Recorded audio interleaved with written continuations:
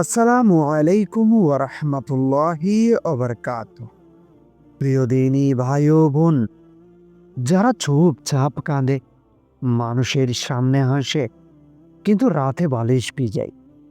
আপনি দোয়া করছেন, অনেকবার হয়তো তাহাজ্জুদে দাঁড়িয়ে বলছেন, হে আল্লাহ, আর পারছি না। কিন্তু তারপরও সমস্যা শেষ হয়নি, চাপ কমেনি, অপেক্ষা দীর্ঘ হয়েছে। তখন শয়তানের মনে একটি কথা ঢোকায় যে তোমার দোয়া কবুল হচ্ছে না। কিন্তু একটি কথা মনে রাখবেন, আল্লাহ দেরি করেন, অবহেলা করেন না। অনেক সময় আল্লাহ যখন বড় কিছু দিতে চান, তার আগে তিনি বান্দাকে সবরের উচ্চতায় নিয়ে যান। কারণ ছোট হৃদয়ে বড় নিয়ামত ধরে না। তো আজ আমি আপনাকে সেই নিশানিগুলো বলবো, যেগুলো দেখা দিলেই বুঝবেন আপনার ধৈর্যের পুরস্কার খুবই কাছে। তো চলুন শুরু করি একে একে সেই রহস্যময় নিশানিগুলোর আলোচনা। প্রথম নিশানি, হঠাৎ করে আপনি আল্লাহর দিকে বেশি ঝুঁকে যাচ্ছেন। আগে নামাজ পড়তে কষ্ট হতো, আজান শুনে উঠতে ইচ্ছে করতো না, কিন্তু এখন কেউ না বললেও আপনি নিজেই নামাজে দাঁড়িয়ে যাচ্ছেন। আগে কোরআন খুলতে মন চাইতো না, এখন অকারণে আয়াত শুনলে চোখে পানি চলে আসে। আপনি ভাবছেন, আমি এত ইমোশনাল কেন হয়ে যাচ্ছি? কারণ এটি আপনার অনুভূতি না, এটি আল্লাহর ঢাক। হাদিসে এসেছে, যখন আল্লাহ কোনো বান্দার কল্যাণ চান, তাকে নিজের দিকে ফিরিয়ে আনেন। অর্থাৎ আল্লাহ প্রথমে আপনাকে নিজের কাছে নেন, তারপর আপনাকে দুনিয়ার সুখ দেন। তাই মনে রাখবেন, ইবাদতের প্রতি টান বাড়া মানে সমস্যা বাড়া না, রহমত আসা শুরু। এক সময় যেই জিনিসগুলো আপনাকে খুব আনন্দ দিত, বন্ধুদের আড্ডা, সোশ্যাল মিডিয়া, হাসি ঠাট্টা, অকারণ গল্প, এখন সেগুলোতে আর আগের মতো মন বসে না। আপনি নিজেও বুঝতে পারছেন না কেন এমন হচ্ছে। আগে রাত জেগে ফোন চালাতে ভালো লাগতো, এখন গভীর রাতে হঠাৎ বুকের ভেতর শূন্যতা লাগে। সব কিছু আছে, তবুও মনে হয় কিছুই নেই। এটি ডিপ্রেশন না, এটি দুনিয়া থেকে বিমুখতা, আর এটাই মুমিনের জাগরণ। কারণ আল্লাহ যখন বান্দাকে বড় কিছু দিতে চান, তিনি আগে তার হৃদয়কে দুনিয়ার মোহ থেকে কালি করে দেন। কারণ দুনিয়ার প্রতি অতিরিক্ত ভালোবাসা থাকলে আখিরাতের রহমত আর বড় নিয়ামত জায়গা পায় না। আপনি হয়তো ভাবছেন, আমার কেন এমন লাগছে? কারণ আল্লাহ আপনার অন্তর পরিষ্কার করছেন, আপনাকে দুনিয়ার ক্ষণস্থায়ী সুখ থেকে সরিয়ে স্থায়ী শান্তির দিকে নিচ্ছেন। হৃদয় যখন দুনিয়া থেকে উঠে যায়, বুঝতে রহমত নামার জায়গা তৈরি হচ্ছে। দ্বিতীয় নিশানি, মানুষ আপনাকে ভুল বুঝতে শুরু করে। একটি অদ্ভুত সময় আসে, আপনি কারো ক্ষতি করেননি, তবুও মানুষ আপনার বিরুদ্ধে কথা বলে। আপন মানুষ দূরে চলে যায়, বন্ধুরা বদলে যায়, যাকে নিজের ভাবতেন সেই আঘাত দেয়। আপনি অবাক হয়ে ভাবেন, হে আল্লাহ, আমি কি এত খারাপ? না, এটি শাস্তি না, এটি প্রস্তুতি। কারণ আল্লাহ যখন কাউকে উঁচুতে তুলতে চান, তিনি আগে তাকে মানুষের ভরসা থেকে আলাদা করেন, যাতে সেই শুধু আল্লাহর উপর নির্ভর করতে শেখে। যেমন ইউসুফ আলাইহিস সালামের জীবনী দেখুন, ভাইয়েরা ফেলে দিল, বাবা থেকেও দূর হলেন, কারাগারেও গেলেন, কিন্তু সেই একাকিত্ব তাকে মিশরের বাদশা বানালো। আপনার একাকিত্ব আপনার পতন না, আপনার উত্থানের শুরু। আপনি ঠিক করেছিলেন এবার সব ঠিক হবে, ঠিক সেই সময় নতুন সমস্যা চলে এলো। একটি সমস্যা শেষ না হতেই আরেকটি শুরু। মানসিক চাপ, অর্থ কষ্ট, সম্পর্কের কষ্ট, সবই একসাথে। আপনি অবাক হয়ে ভাবেন, আমার জীবনেই এত পরীক্ষা কেন? শুনুন, যাকে আল্লাহ ভালোবাসেন তাকেই তিনি পরীক্ষা করেন। কারণ পরীক্ষা শাস্তি না, পরীক্ষা হচ্ছে মর্যাদা বাড়ানোর উপায়। একটি সোনাকে যেমন আগুনে পুড়িয়ে খাঁটি করা হয়, ঠিক তেমনি একজন বান্দাকে পরীক্ষার মাধ্যমে পরিশুদ্ধ করা হয়। আপনার জীবনে সমস্যা বেশি মানে আপনার অবস্থান আল্লাহর কাছে বাড়ছে। আপনি হয়তো ক্লান্ত হয়ে পড়ছেন, কিন্তু বাস্তবতা হলো, পরীক্ষা যখন তীব্র হয়, পুরস্কার তখন নিকটবর্তী হয়।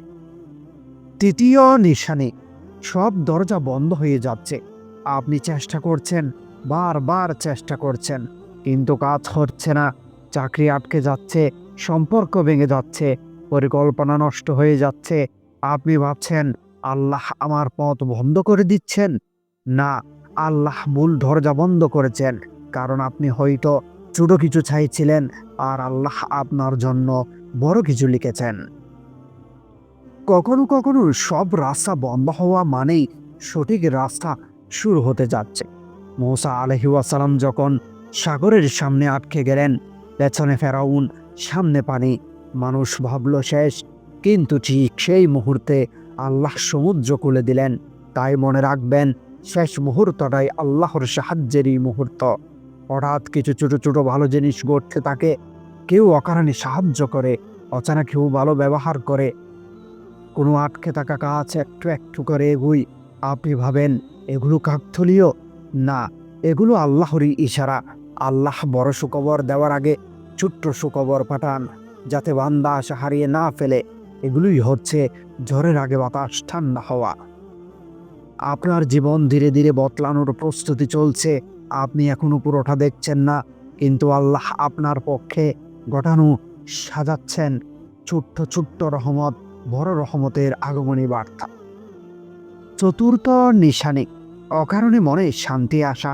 সমস্যা আছে, ঋণ আছে, কষ্টও আছে, তবুও আপনি ভেতরে এক অদ্ভুত শান্তি অনুভব করছেন। কেন? কারণ আল্লাহ কোরআনে বলেন, আল্লাহ যার অন্তরকে হিদায়াত দেন, তার বুকে প্রশান্তিও দেন। এই প্রশান্তি কোনো মানুষ দিতে পারে না। এটি হচ্ছে আল্লাহ আপনাকে জানাচ্ছেন, আমি আছি। যখন পল আসতে খুব কাছে থাকে, আল্লাহ বান্দার হৃদয়ে আগে শান্তি দেন। অদ্ভুতভাবে আপনি অতীতের ভুলগুলো মনে করতে শুরু করেন, পুরনো গুনাহ মনে পড়ে, আর হঠাৎ খুব অনুতাপ হয়। আগে এই সব ভাবলে তেমন কিছু লাগতো না, এখন মনে কষ্ট হয়, কাঁদতে ইচ্ছে করে। এটি খুবই বড় আলামত। কারণ আল্লাহ যখন কোনো বান্দাকে নিয়ামত দিতে চান, তিনি আগে তার গুনাহ মাফ করতে চান।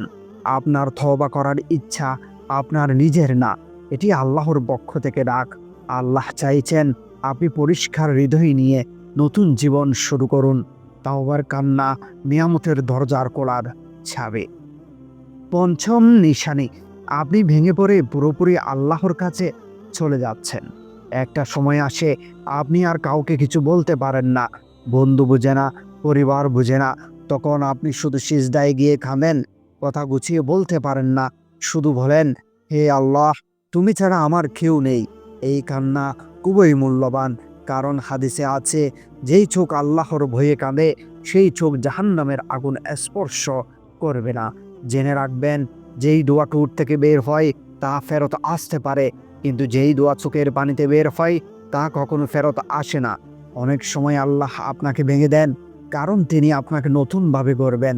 আপনার এই রাতের কান্না, এই একাকী দোয়া, এই অসহায়তা, এগুলো বৃথা না। হয়তো খুব শীঘ্রই এমন একটি সকাল আসবে, যেদিন আপনি সিজদায় পড়ে শুধু বলবেন, এ আল্লাহ, আমি তো এত বড় কিছু চাইনি। সেটাই হবে আপনার ধৈর্যের পুরস্কার। একটি সময় আসে আপনি আর শক্ত থাকতে পারেন না। আপনি অনেক চেষ্টা করেছেন, মানুষের কাছেও বলেছেন, সমাধানও খুঁজেছেন, কিন্তু শেষ পর্যন্ত আপনি বুঝে যান মানুষ পারবে না। তারপরও এক রাতে আপনি সিজদায় পড়ে যান, কথা ঠিক মতো বলতে পারেন না, শুধু কান্না করেন। আপনি বলেন, হে আল্লাহ, আমি হেরে গেছি, এখন আপনিই সামলান। এই মুহূর্তটাই সবচেয়ে গুরুত্বপূর্ণ, কারণ ঠিক এই অবস্থাতে আল্লাহ সাহায্য পাঠান। যখন বান্দা নিজের ক্ষমতার উপর ভরসা ছেড়ে দিয়ে পুরোপুরি আল্লাহর উপর নির্ভর করে। ইউনূস আলাইহিস সালাম মাছের পেটের অন্ধকারে যখন বলেছিল, লা ইলাহা ইল্লা আনতা সুবহানাকা ইন্নী কুনতু মিনাজ জালিমিন, ঠিক তখনই মুক্তি এসেছিল। তাই মনে রাখবেন, আপনার এই ভাঙা অবস্থায় আপনার শেষ না, এটাই আপনার জীবনের মোড় ঘোরানোর মুহূর্ত। হয়তো খুব শীঘ্রই এমন কিছু ঘটবে যা আপনি বছরের পর বছর ধরে দোয়া করেছেন। ধৈর্যের শেষ প্রান্তেই আল্লাহর উপহার অপেক্ষা করে। আজ আপনি অপেক্ষায় আছেন, কাল আপনি সাক্ষী হবেন। আজ আপনি খাচ্ছেন, কাল আপনি হাসবেন। আল্লাহ যখন দেন তিনি হিসাব করে দেন না, তিনি অবাক করে দেন। তাই হাল ছাড়বেন না। আর কয়েকটা দিন, আর কয়েকটি দোয়া, হয়তো আপনার তাকদীর ইতিমধ্যেই লিখে ফেলা হয়েছে। তাই কমেন্টে লিখে যান হাসবুনাল্লাহ ওয়া নি'মাল ওয়াকিল।